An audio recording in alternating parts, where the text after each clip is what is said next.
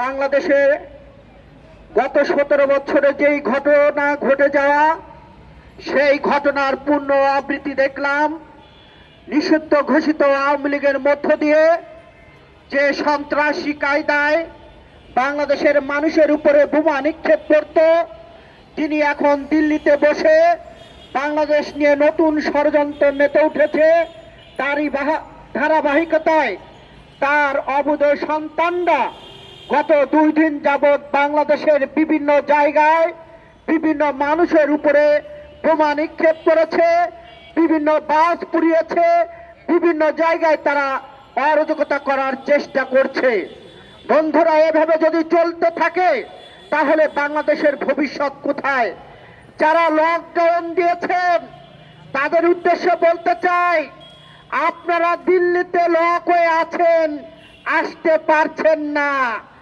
আপনারা বাংলাদেশে ডাউন কর্মসূচি দিয়েছেন, আপনারা দুটি মিলেই লকডাউন হয়ে পড়েছেন।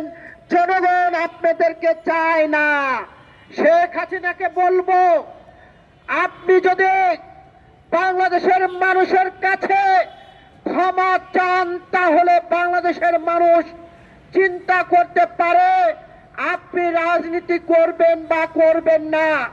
যেই ব্যক্তিটি লক্ষ লক্ষ মানুষের জীবন নিয়ে খেলা করেছে, যেই লোকটি মানুষকে খুন করেছে, গুম করেছে, বাংলাদেশের মানুষের ভোটের অধিকার হরণ করেছে, গণতন্ত্রকে হরণ করেছে, সেই ব্যক্তি দিল্লিতে বসে নতুন করে ষড়যন্ত্র করছে।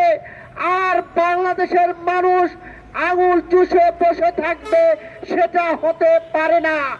আমরা গত 17 বছরে যেইভাবে আওয়ামী লীগকে প্রতিরোধ করেছিলাম, আওয়ামী লীগের প্রতিটি অন্যায় অপরাধের বিরুদ্ধে আমরা রাজপথে ছিলাম, আমরা এখনো থাকবো, ভবিষ্যতেও থাকবো। আওয়ামী লীগের যে সকল বন্ধুরা আজকে বাংলাদেশে অপকর্মে মেতে উঠেছেন তাদেরকে বলতে চাই, আপা আর আসবে না। আপার কবর বাংলাদেশে হবে না। আপা মারা গেলে দিল্লিতেই তার কবর হবে, বাংলাদেশে তার কবর হবে না। কাজেই যারা আপা আপা করে সাধারণ মানুষের উপরে বোমা নিক্ষেপ করছেন, আপনাদেরকে দিল্লিতে চলে যেতে হবে। আমরা ভেবেছিলাম যারা আওয়ামী লীগে অপরাধ করে নাই তারা আমাদের বন্ধু, কিন্তু নতুন করে দেখছি এই বন্ধুরা আবার নতুন ষড়যন্ত্র করছে আপার ডাকে। আমরা তাদেরকে বলতে চাই, আমরা বলেছিলাম গত 17 বছরে ইতিহাসে আমরা শেখ হাসিনাকে দেখতে চাই নন্দিত ব্যক্তি হিসাবে, নিন্দিত হিসাবে না। কিন্তু শেখ হাসিনা আমাদের কথা রাখে নাই, তিনি নিজে নিজেই নিন্দিত হয়েছেন। এখানে আমাদের করার কিছু নাই। কাজেই যারা আপার নির্দেশে অরাজকতা করেছেন সেই আপা সুরেই বলতে চাই, শেখ হাসিনা বলেছিল যারা পাছে আগুন দেবে তাদের হাত ঘুরিয়ে দিতে হবে, পুড়িয়ে দিতে হবে। আমরাও সেটা দেখতে চাই, শেখ হাসিনার কথা রাখতে চাই বাংলাদেশের জনগণ। কাজেই যারা অপরাধ করছেন তাদেরকে বলছে, গত 17 বছরে অনেক অপরাধ করছেন, নতুন করে কোনো অপরাধ করার চেষ্টা করবেন না।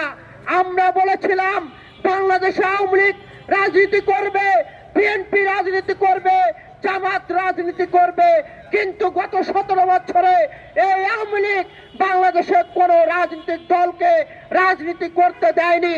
আমাদেরকে বারবার কারাগারে নিয়েছে, আমাদেরকে ভোট দিতে দেয়নি। আমরা এমনও দেখেছি মৃত্যু ব্যক্তি ভোট দিয়েছিল। কাজেই এই আওয়ামী লীগকে বাংলাদেশের মাটিতে আর এদেশের জনগণ দেখতে চায় না। যাদের মধ্যে এখনো কোনো অনুভূতি হয়নি, হাজার হাজার মানুষকে যারা খুন করলো তারা বাংলাদেশের মানুষের কাছে ক্ষমা চাচ্ছে না। আমরা বলতে চাই, যেই ব্যক্তি হন না কেন, যত বড় প্রভাবশালী ব্যক্তি হন, যত বড় দলই হন না কেন, কেউ যদি অপরাধ করে সেই অপরাধীর বিচারের কাঠগড়ায় দাঁড় করতেই হবে এদেশের জনগণ মনে করে। আমরা বলতে চাই, আপা যারা করছেন তাদেরকে জনগণ খুঁজে খুঁজে বের করে তাদেরকে শাস্তি দেওয়ার ব্যবস্থা করবে। আমি যে কথাটি বলে শেষ করতে চাই, অন্তর্বর্তী সরকারের প্রধান যিনি গত 2 দিন যাবৎ যে ঘটনা হয়েছে, অন্তর্বর্তী সরকার এই দায় এড়াতে পারে না। আজকে আমরা কেন রাজপথে থেকে তাদেরকে প্রতিহত করব? এই প্রতিহত করবে রাষ্ট্রে যারা দায়িত্বে আছেন তারা। আজকে তারা তলে তলে আওয়ামী লীগের সাথে লিয়াজো করবেন এবং মাল পানি খাবেন। যারা প্রশাসনে শেখ হাসিনার সন্তানরা যারা আছেন, শেখ হাসিনার সন্তান রেখে যাওয়া সন্তানদের দ্বারা কখনো এই প্রশাসন চলতে পারে না।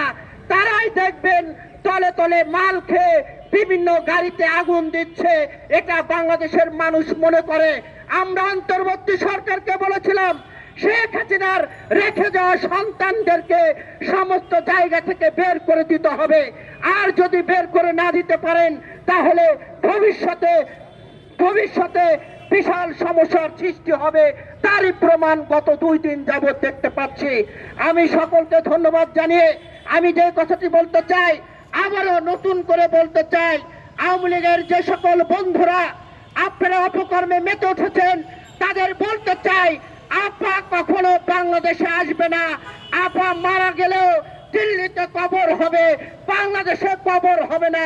কাজে আপা না করে বিভিন্ন রাজনৈতিক দলে আপনারা যোগ দিয়ে রাজনীতি করার সুযোগ দেন, তা না হলে আপার মতো অবস্থা আপনাদের হবে। সকলকে ধন্যবাদ জানিয়ে আমি আমার কথা শেষ করছি। দেখা হবে রাজপথে, কথা হবে স্লোগানে, হয় লাশ না ইতিহাস। আল্লাহ হাফেজ।